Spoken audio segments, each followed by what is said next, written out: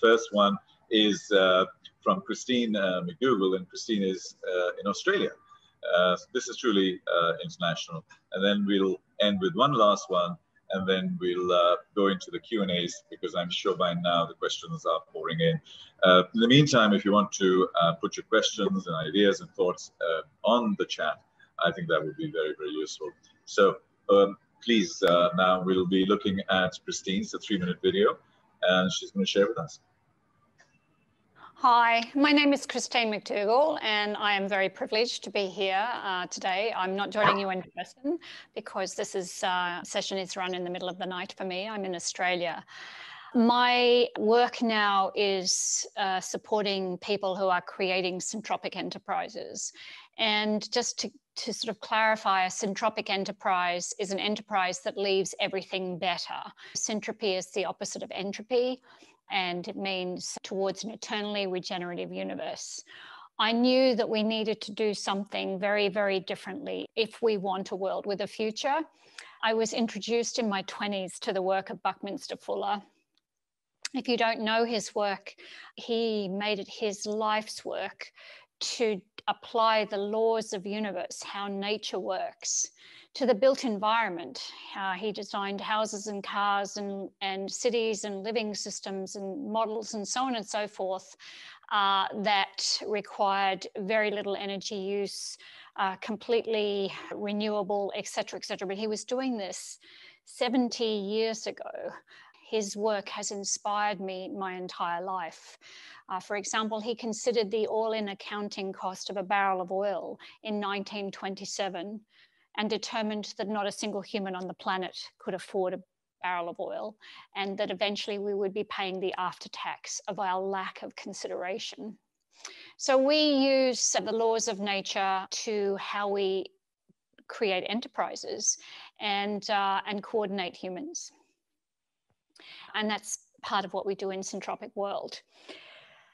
And it's an experiment, you know, to tell you the truth. A lot of the questions that we're asking are questions that we don't necessarily have the answers to, but we know that we need to ask the bigger questions if we want a world with a future. And we need to challenge every single system and structure that we currently have, because it's not supporting a world with a future.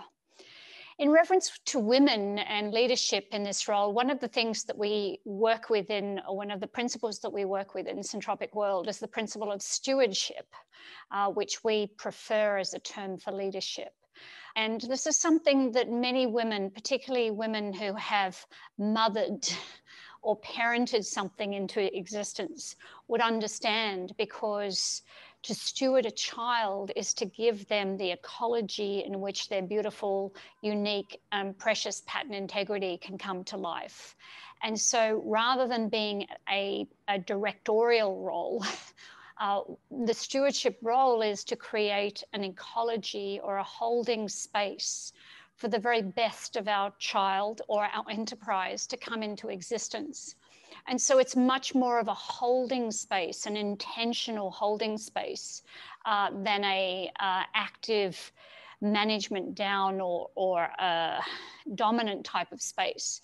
That doesn't mean that there isn't a requirement for some level of dominance or some level of leadership. But if the enterprise design is healthy and dynamic, then the requirement for that type of leadership should be minimal and should be an indicator that our enterprise design is coordinating with natural design versus if we need a lot of intervention. So stewardship is something that many women would understand. Some of us have needed to untangle the scripts that we've been given about what is required of us in the business world, and to more naturally move to the inclination that many of us had to act as stewards primarily. The question is, how do we create that enterprise design that enables our ability to steward to be much more easy and accessible for us? So these are some of the very things that we're working on in Syntropic World.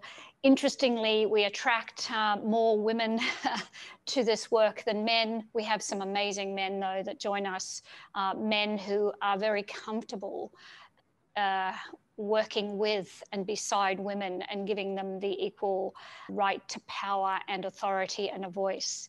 And so it's an amazing community. We have graduates now in 22 countries. And Paul is one of them. And thank you, Paul, for this opportunity. Hopefully I'll get to meet some of you at a more suitable hour for the Aussie girl. Good luck and thank you again. And thank you to Christine there. And again, another perspective, another scenario. And this is the flavor, the garnish that we're putting in terms of this leadership approach and how we need to build our